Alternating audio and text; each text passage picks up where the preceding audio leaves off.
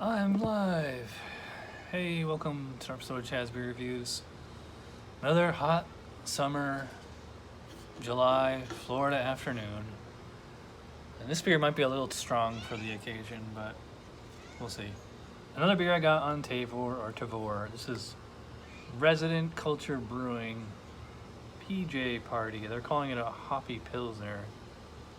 Hoppy Pilsner, dry hopped with Nelson Sauvin and Matuka. Where are these out of? Charlotte, North Carolina.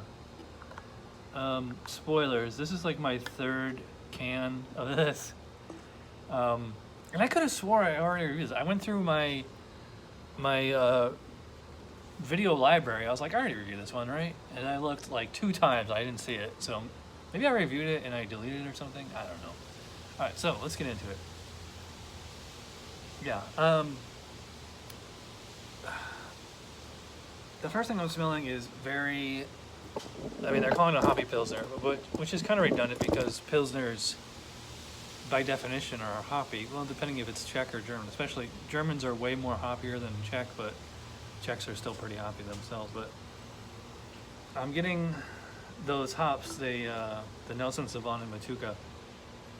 I think Matuka is kind of like Mosaic because I'm getting a lot of pineapple, kind of grass, really kind of dank.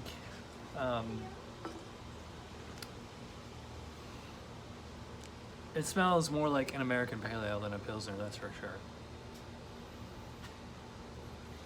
Has a little, like I said, kind of a little fruity, grassy. Nothing like a New England IPA because it's not juicy like that.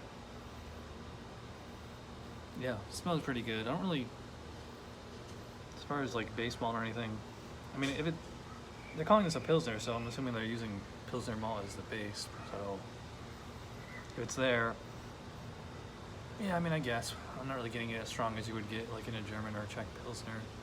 I like the appearance on this one. It's like kind of a banana yellow. It's a little hazy. When I poured the bottom of the bottle, there was, I don't know if you saw, there was a little sediment in there. And the foam, was pretty cresting when I poured it. So, again, if they're calling this Pilsner, I do like the effervescence on here, but if it's Pilsner, it should be clear. Anyway, let's stop talking and we're drinking. Cheers.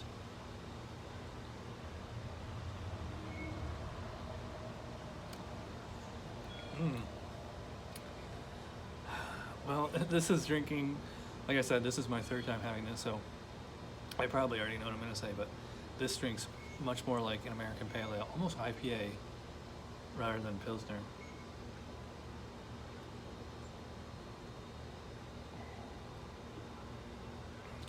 It's pretty big hop flavor. I get those New Zealand hops, so which is funny because usually New Zealand hops are more like fruity, and this is more, certainly I get a lot of like pineapple, but also a kind of grassy or spicy character. Maybe they are using like traditional German or Czech, like noble hops, Saz or Tettnang, something like that.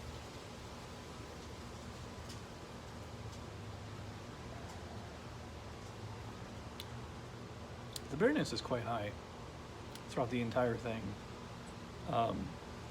Well, higher than I expected, I should say.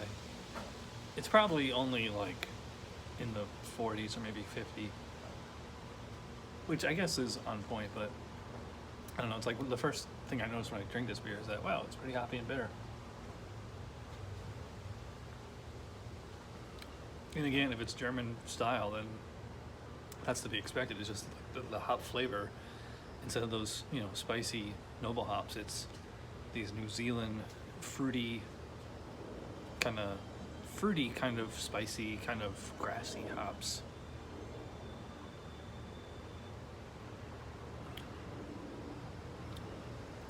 They do linger a little bit.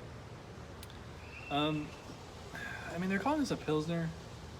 Well, it's 5% ABV, so that's about on point for a Pilsner. It's right there in the middle.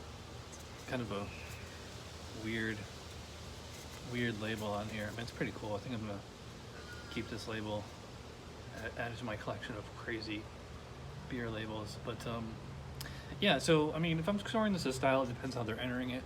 But I mean, I wish they need to come up with an American hoppy lager style. There used to be American Pilsner style in 2008. They got rid of it. I don't know what happened to it. This definitely does not meet Czech or German Pils styles. And I don't even know if it's even a lager. I mean, I don't think they would call it a Pilsner if it was an ale, but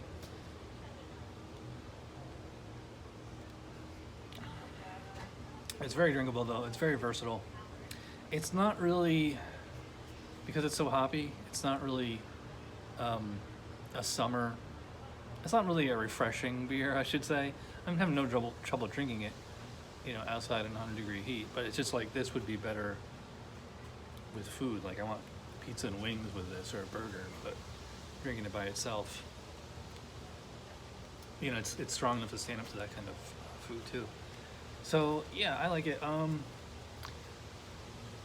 gonna go maybe 4.25 for this one.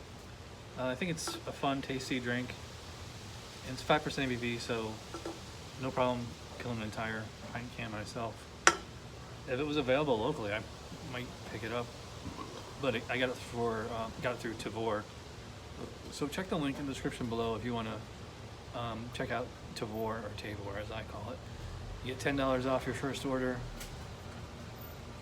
and you can get great wacky beers like this. So thanks for watching, and I'll see you probably tomorrow.